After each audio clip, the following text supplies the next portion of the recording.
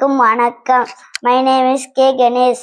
3ஆம் வகுப்பு படிக்கிறேன். பாரம்பரிய ஆத்திச்சூடி அறம் செய் ஆண்டோர் சொற்கள் இலக்கியம் வாசி ஈகை செய் உறவு பேணு ஊரை நேசி எலும்பிய விரும்பு ஐயம் தவிர ஒழுக்கத்தை கடைபிடி. அனைவருக்கும் வணக்கம்.